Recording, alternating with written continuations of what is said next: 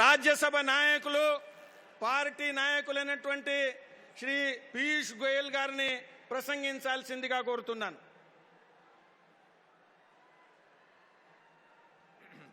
भारत माता की, भारत माता की। माननीय राष्ट्रीय अध्यक्ष श्री जगत प्रकाश नड्डा जी, माननीय रक्षा मंत्री श्री राजनाथ सिंह जी, माननीय गृह मंत्री श्री अमित शाह जी, माननीय श्री नितिन गडकरी जी, हमारे प्रदेश के अध्यक्ष श्री संजय बंडी गारू जी और सभी मंच पर विराजमान नेतागण, तेलंगाना के आए हुए सभी मुख्यमंत्री और इतनी विराट संख्या में इतने ऐतिहासिक सभा में उपस्थित तेलंगाना के सभी भाइयों बहनों को मैं प्रणाम करता हूं, साधुवाद करता हूं कि आपने आज केटीआर को एक जवाब देने वाली संख्या में, एक बहुत मुंह तोड़ जवाब देने के लिए इतनी बड़ी संख्या में आज आप सब उपस्थित हुए हैं। गत 8 वर्षों में जिस प्रकार से तेलंगाना में भ्रष्टाचार की सरकार चली, जिस प्रकार से किसानों का अपमान हुआ, जिस प्रकार से रोजगार के अवसर नहीं मिले, इन सब तकलीफों में जो स्थितियां आज तेलंगाना में पैदा हुई हैं, उसके सामने भारतीय जनता पार्टी एकमात्र विकल्प के रूप में आज तेलंगाना के सामने है।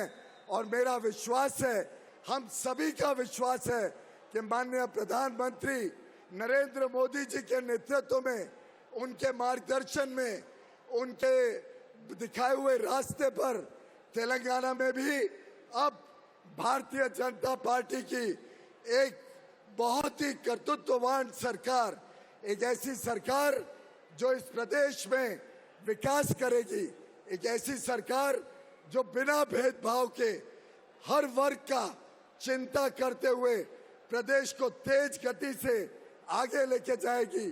युवाओं का सम्मान होगा, किसानों के उत्पादन का सम्मान होगा, किसानों को एक अच्छा भविष्य मिलेगा।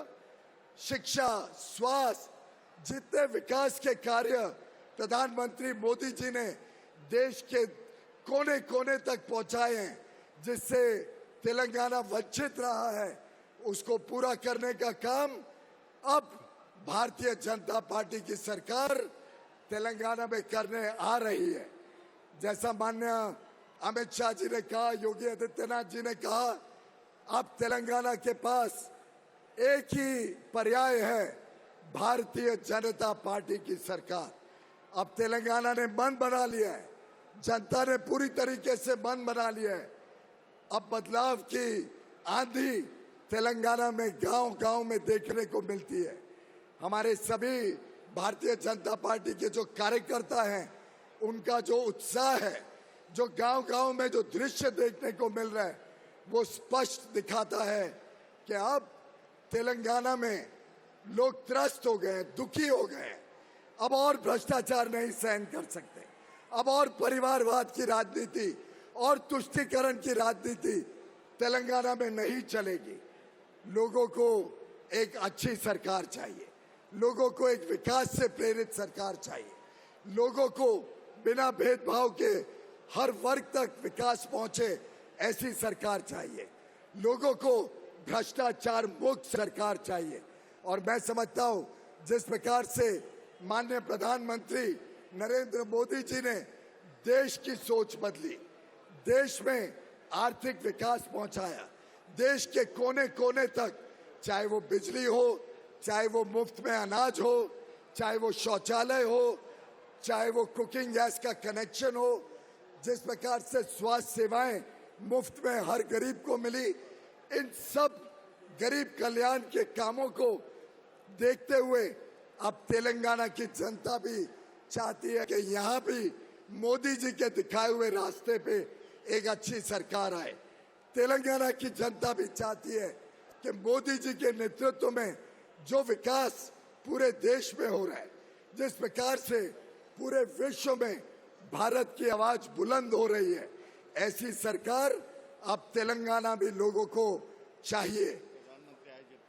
और मेरा मानना है कि जिस प्रकार से तेलंगाना के लोगों का उत्साह गत 3-4 चुनावों में देखने को मिला, जिस प्रकार से हमारे पूर्व वित्त मंत्री को पूरी सरकार ने कोशिश की हराने की, पूरी तेलंगाना की सरकार जोर लगा गई कि इनको किसी तरीके से हराया जाए, लेकिन प्रधानमंत्री मोदी जी के पार्टी के साथ, प्रधानमंत्री मोदी जी के दिखाए हुए रास्ते पर चलने के लिए जो तेलंगाना ने जो आज अपना मन बना लिया है, उसको देखते हुए जिस प्रकार से आपने चुन के भेजा हमारे छोटे भाई को, मैं समझता हूँ वो एक ट्रेलर था।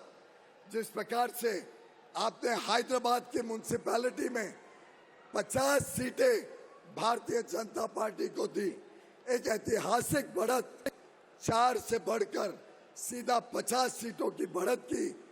ये सब देखते हुए तेलंगाना में आज केटीआर चिंतित है, दुखी है, डरे हुए हैं। उनको दिख रहा है कि उनकी सरकार हाथ से जा रही है, उनको दिख रहा है कि बदलाव की आंधी आ रही है। आज स्पष्ट होते जा रहा है कि पूरे देश और विदेश में जो डंका भारतीय जनता पार्टी की सरकारों का है, जिस प्रकार से प्रगति पूरे देश में पहुंच रही है। अब आप दृश्य देखिए मंच का, कितने सारे राज्यों में भारतीय जनता पार्टी की सरकार जनता की सेवा में जुटी हुई है, अच्छा काम कर रही है। किस प्रकार से पूरे देश में आज लोगों का विश्वास भारतीय जनता पार्टी के साथ पूरी तरीके से जुड़ा है। ऐसी परिस्थिति में तेलंगाना में भी बदलाव होना स्वाभाविक है और बदलाव के साथ साथ युवाओं को अवसर मिलेगा, नए रोजगार के अवसर आएंगे। जैसे यहाँ पे टेक्नोलॉजी सेक्टर बड़ी तेज गति से पहले बढ़त होती थी, जैसे यहाँ पे फार्मा का इतना बड़ा स्कोप है, जैसे यहाँ पे स्टार्टअप की दुनिया इतना बेहतरीन काम कर रही है। मुझे दिखता है कि आने वाले दिनों में तेलंगाना में नए विकास के साथ नए रोजगार, नए काम के अवसर और जो इंफ्रास्ट्रक्चर के प्रोजेक्ट्स जिसमें बड़े मात्रा में तेलंगाना में आज भ्रष्टाचार हो रहा है, उसको भी बदलने के लिए हम सबको आगे आने वाले चुनाव में एक मौका मिलने जा रहा है। तेलंगाना में एक एक प्रोजेक्ट को जब हम देखते हैं, कहाँ 40,000 का प्रोजेक्ट सीधा 1,30,000 करोड़ का हो जाता है। 40,000 करोड़ और 1,30,000 करोड़, बाकी पैसा कहाँ जाता है, किसकी जेब में जाता है, कौन है जो ये भ्रष्टाचार कर रहा है? इसका जवाब केसीआर को देना पड़ेगा, इसका जवाब केटीआर को देना पड़ेगा, इसका जवाब तेलंगाना के एक एक मंत्री, एक एक विधायक को हमें जनता को देना पड़ेगा। और आखिर ये कब तक सिलसिला चलेगा? कब तक फार्म हाउस से तेलंगाना की सरकार चलेगी? कब तक तेलंगाना के लोग भ्रष्टाचार को सहन करते रहेंगे? कब तक यहाँ के किसान परेशान रहेंगे? कब तक यहाँ की महिलाओं को, यहाँ के बच्चों को सुरक्षा नहीं मिलेगी? मैं अभी आंकड़े देख रहा था नेशनल क्राइम रिकॉर्ड ब्यूरो के, जिस प्रकार से तेलंगाना में बच्चों के, महिलाओं के साथ अत्याचार हो रहा है, अन्याय हो रहा है, इसको भी बड़ी गंभीरता से हम सब ने सोचना पड़ेगा। इस अत्याचार को, इस अन्याय को रोकने की सख्त आवश्यकता है।